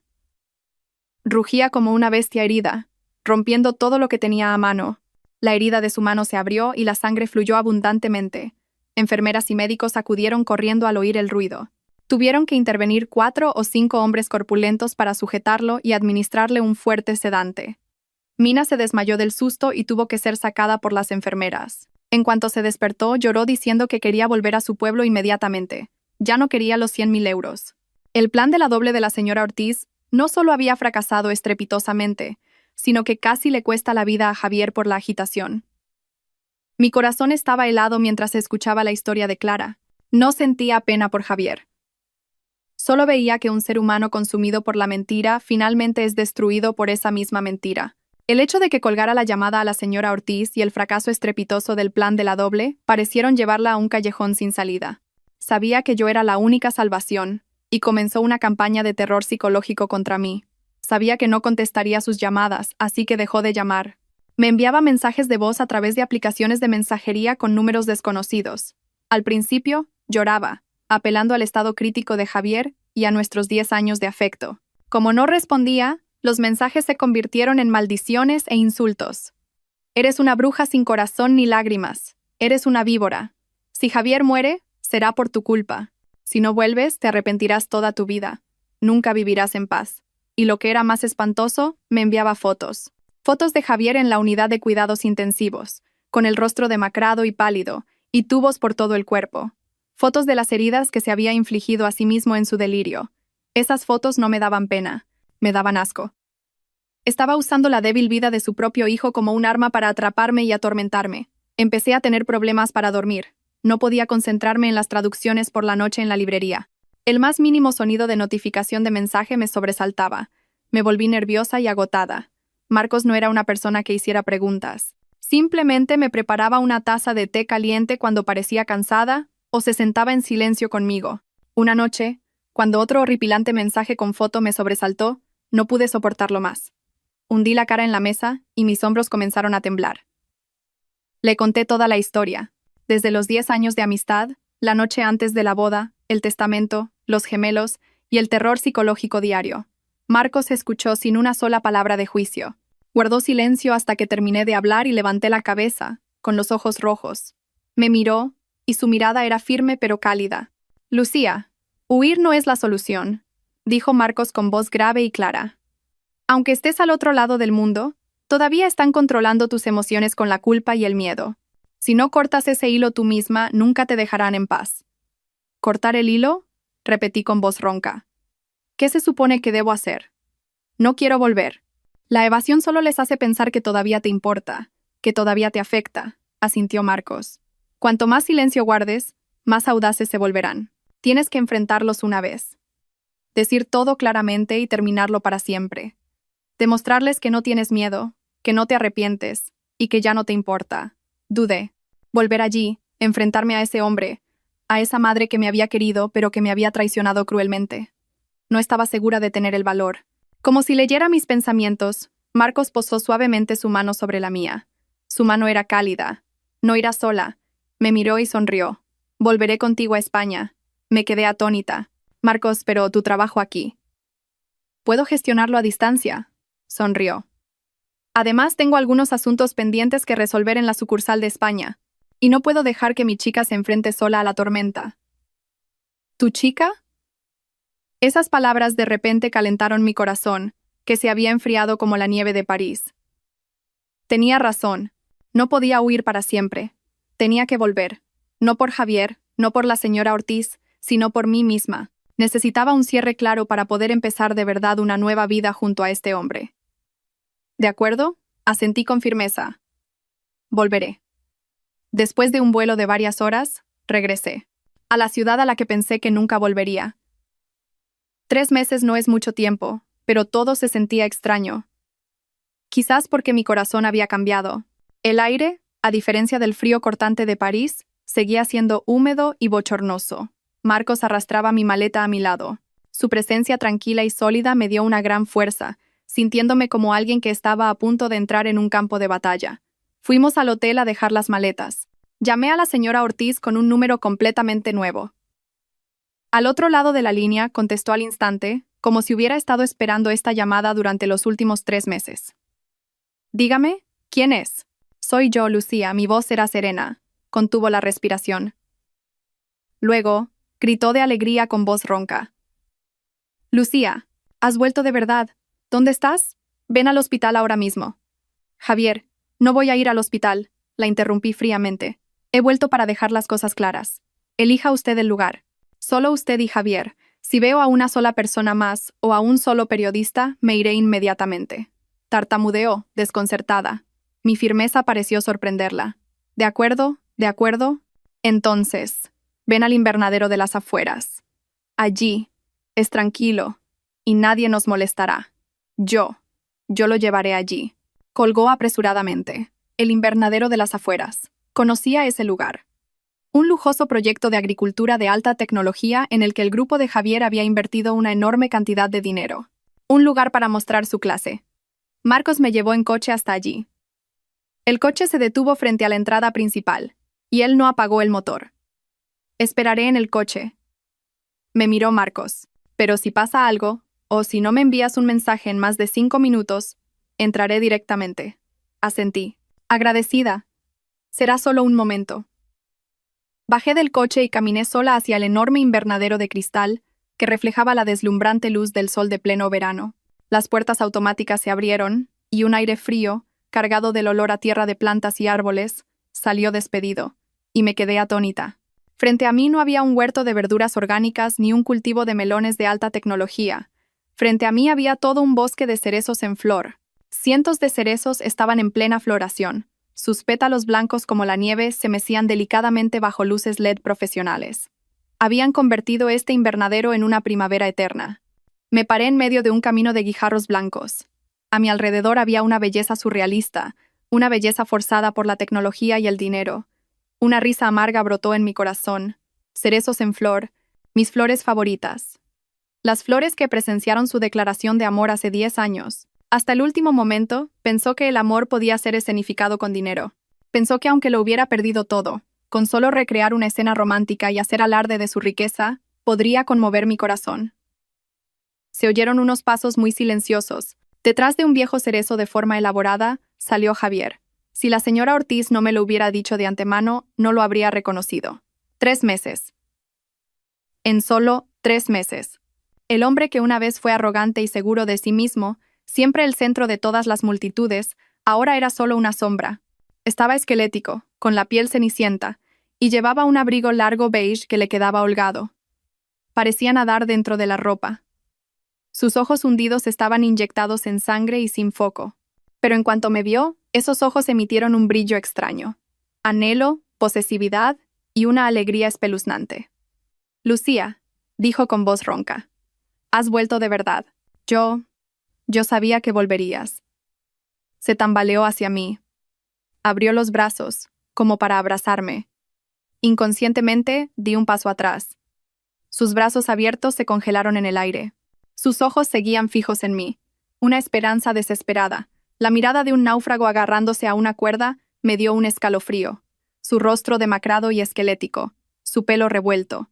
Ya no podía reconocer al hombre que había amado durante 10 años. Era un extraño, una lamentable ruina del pasado.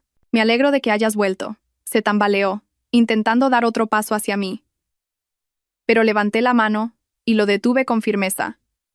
No pudo acercarse más. Se quedó en medio de ese bosque artificial de cerezos en flor, y de repente sus piernas cedieron. Se arrodilló. El hombre más arrogante que conocía. El heredero de un grupo. El hombre que nunca había inclinado la cabeza ante nadie, ahora estaba arrodillado sobre los fríos guijarros blancos. Lucía, me equivoqué. Realmente me equivoqué. Comenzó a llorar. Un llanto ronco, como si sus glándulas lagrimales ya se hubieran secado. El hecho de que hayas vuelto significa que me has perdonado, ¿verdad? Todavía me quieres, ¿verdad? No puedes tirar por la borda nuestros 10 años así como así. Seguí en silencio. Lo miré, como si estuviera viendo una obra de teatro extraña. No sentí pena ni satisfacción. Solo un vacío aterrador en mi corazón. Al ver mi falta de reacción, se puso nervioso. Se arrastró de rodillas, intentando acercarse más a mí. Lucía, ¿estás enfadada conmigo?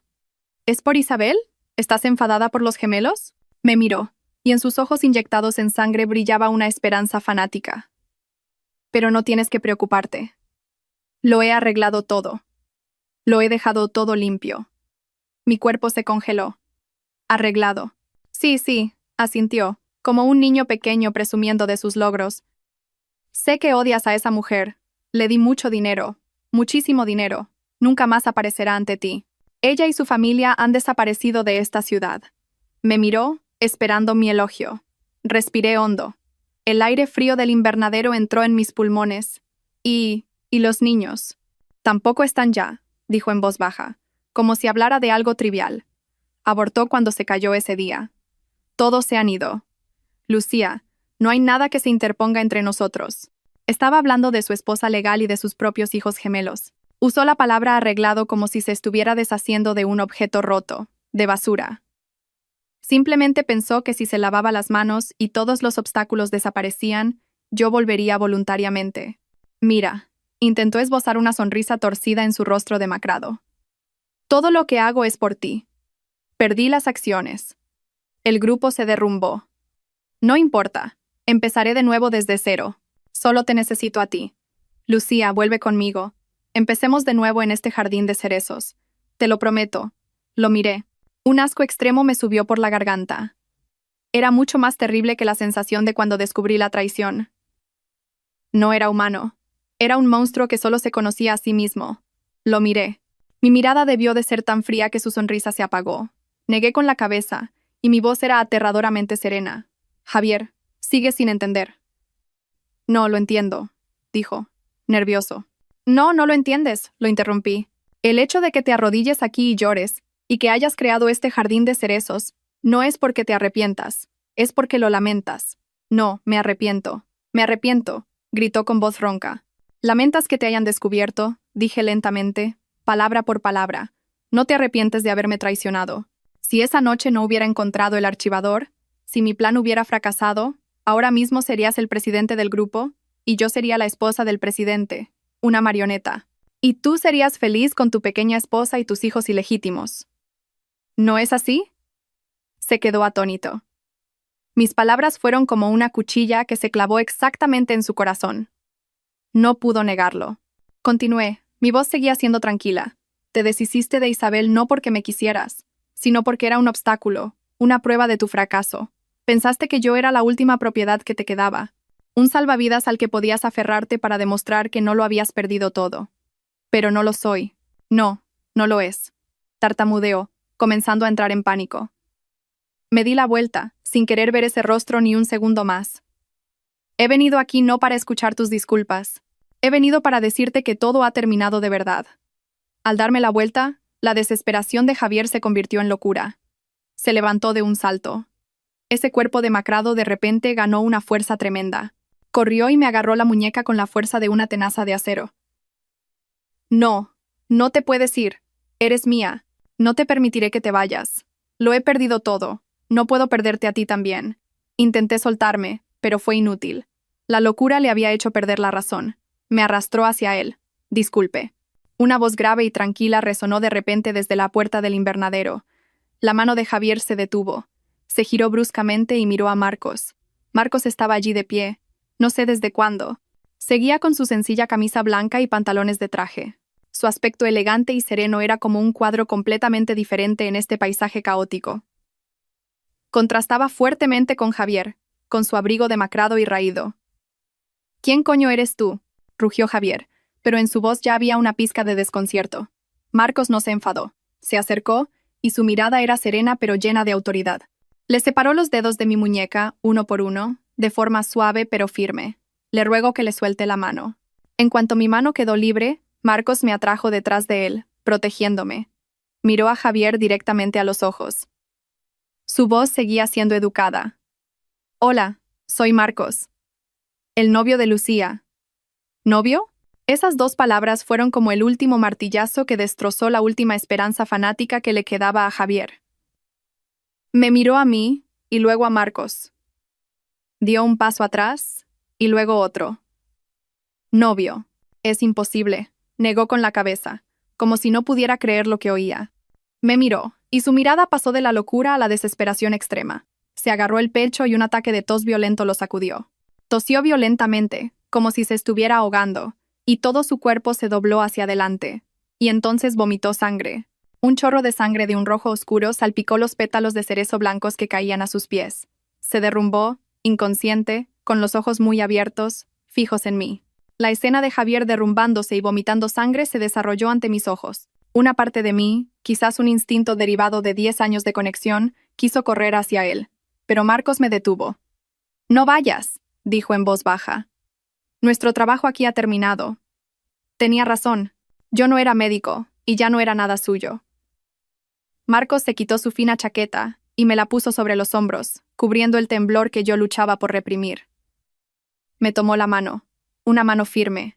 Me guió para salir. Pasamos junto al cuerpo acurrucado de Javier. No miramos atrás. Sus débiles gemidos resonaron detrás de nosotros, pero fueron ahogados por la música de reproducción automática del invernadero. Cuando casi llegábamos a la entrada, una sombra se abalanzó y nos bloqueó el paso. Era la señora Ortiz. Ya no lloraba ni suplicaba como en el teléfono. Su rostro, que parecía haber envejecido 10 años en 3 meses, estaba ahora desfigurado por la ira. Acababa de presenciar el colapso de su hijo. Se detuvo y gritó con voz aguda. «Tú, eres una diabla. ¿Estás satisfecha? ¿Tú lo has llevado a este estado? Si le pasa algo, ¿te alegrarás? Eres demasiado cruel, Lucía». Levantó su mano delgada y arrugada para abofetearme, pero Marcos detuvo su bofetada en el aire. Su mano agarró con fuerza la muñeca de ella. La voz de Marcos era serena, pero fría como el acero. «Señora, por favor, compórtese». Ella intentó soltarse, pero fue inútil. Se giró hacia mí y me maldijo. «¿Tú, incluso traes a un hombre para humillarlo?» Tiré de la mano de Marcos para que la soltara. Di un paso adelante y me enfrenté a la señora Ortiz, a la mujer a la que una vez llamé mamá. «¿Dice que Javier está en este estado por mi culpa?», pregunté. Mi voz era tan fría como la suya. «¿Y si no eres tú, quién es?», gritó. «Tú lo abandonaste y volviste para atormentarlo de nuevo».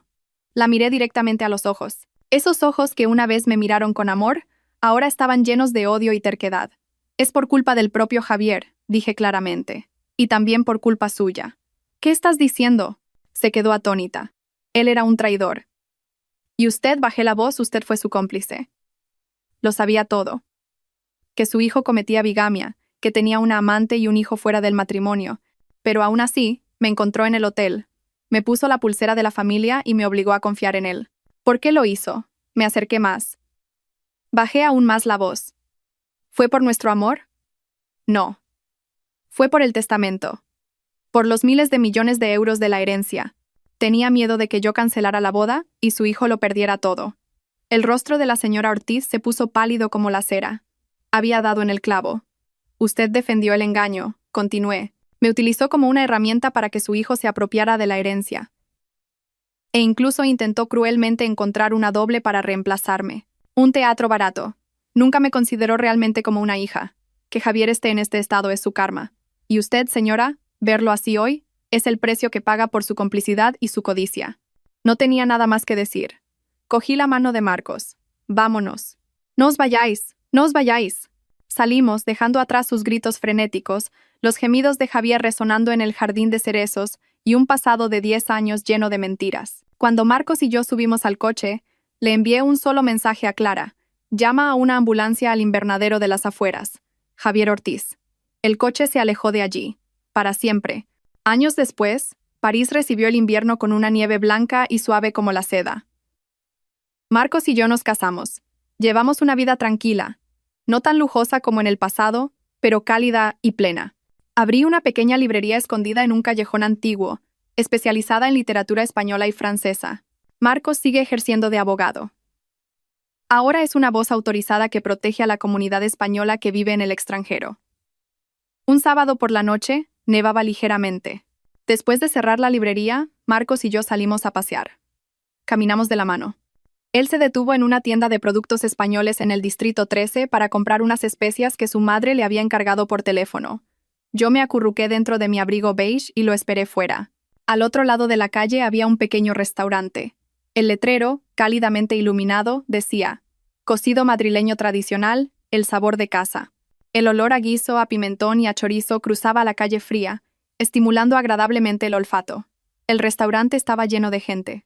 Compatriotas que buscaban el calor del hogar y curiosos clientes occidentales. Miré dentro a través del gran ventanal empañado, y me quedé helada.